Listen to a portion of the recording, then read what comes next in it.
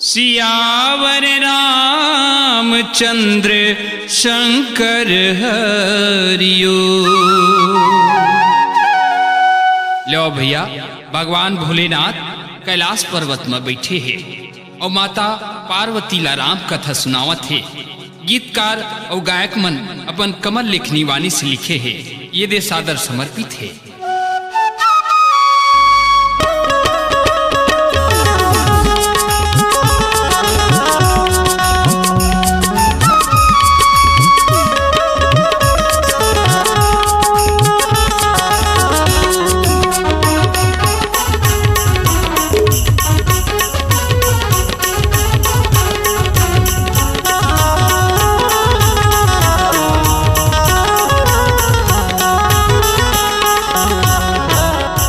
भोला बैठे हावे ना, भोला बैठे हावे ना, बघवा के खाल माँ बरे के तरी, बघवा के खाल माँ बरे के तरी। भोला बैठे हावे ना, भोला बैठे हावे ना, बघवा के खाल माँ बरे के तरी, बघवा के खाल माँ बरे के तरी।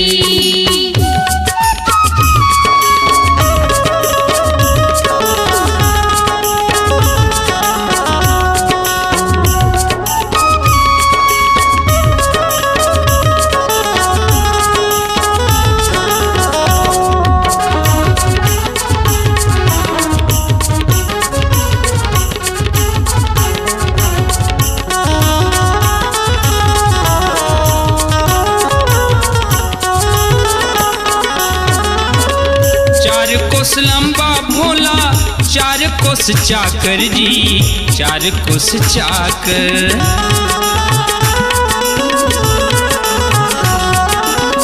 चार कोस लंबा भोला, चार कोस चाकर जी, चार कोस चाकर।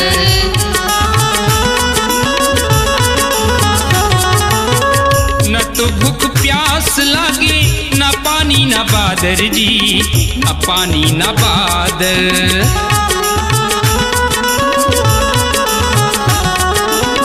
ना तो भूख प्यास लागे, ना पानी न बादर जी, ना पानी न बादर। धुनी रमाए रे है ना, चिलम दगाए रे है जी, बघवा के खाल माँ बरे के तरी, बघवा के खाल माँ बरे के तरी। भोला बैठे हावे ना, भोला बैठे हावे ना, बघवा के खाल माँ बरे के तरी, बघवा के खाल माँ बरे के तरी।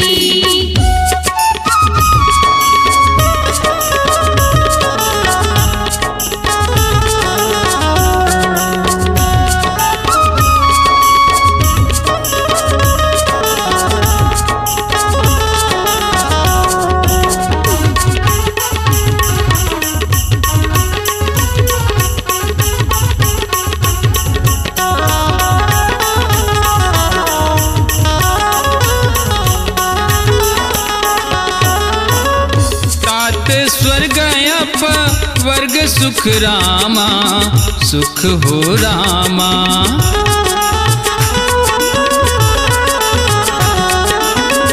धरी तुला एक अंग हो रामा, अंग हो रामा। धुनी रमाए रे है ना, जय हो भोले। चिलम दगाए रे है जी, धुनी रमाए रे है ना, बघवा के खाल माँ बरे के तरी, बघवा के खाल माँ बरे के तरी।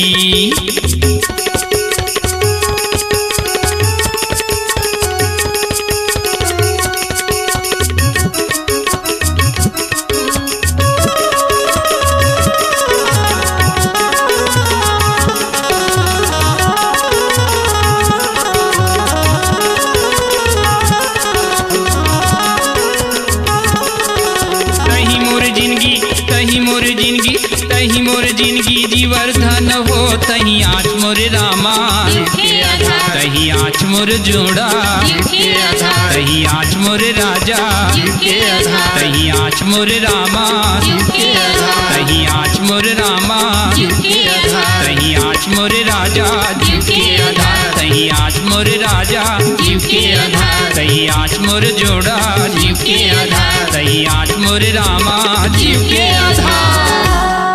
लो भैया ताली बजा के जयकार अली बोल लखन सिया रामचंद्र की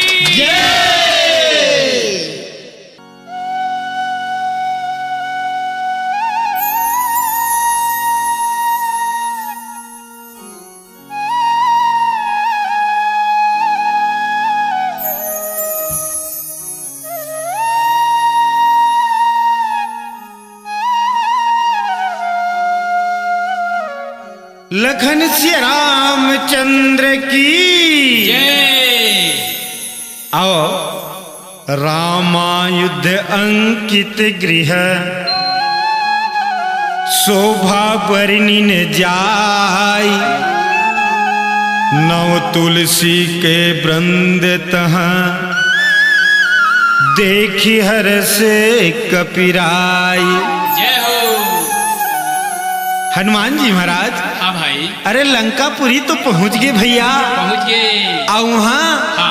अरे भक्त और भक्त के मिलन हुआ थे। हाँ भाई हनुमान जी महाराज हाँ। और विभीषण के मिलन हाँ। का सुंदर मिलन है भैया। हाँ भाई का कहबे का कहबे? ऐसन भक्त मन के मुंह ऊपर डहर रही थे गा। रहे थे। हमार गांव चंदनू तीर मना हाँ भाई। मुंगेली माँ मटरू कुम्हार 2 टन मरकी बनाई।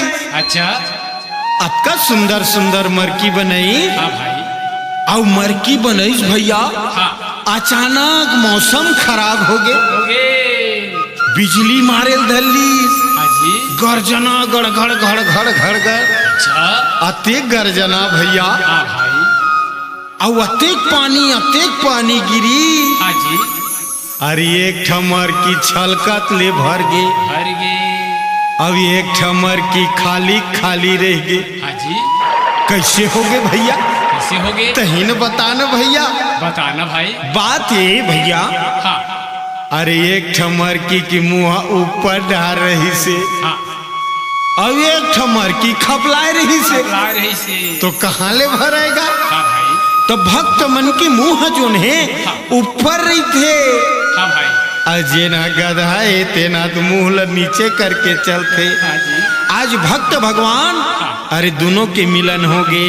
हाँ और जेखर घर में तुलसी के चौरा है चौराहे। अरे भैया वो लग है रामायुध अंकित गृह जय हो। शोभा बरनी न जाय अरे नव तुलसी के वृंद तहाँ हाँ देखी हर से कपिराय। जय हो। हनुमान जी गदगद हो गए आनंद हो गए भैया। हाँ भाई तो जोरदार बुलाओ हाँ। जयकारा भैया बोल हनुमान जी महाराज की जय।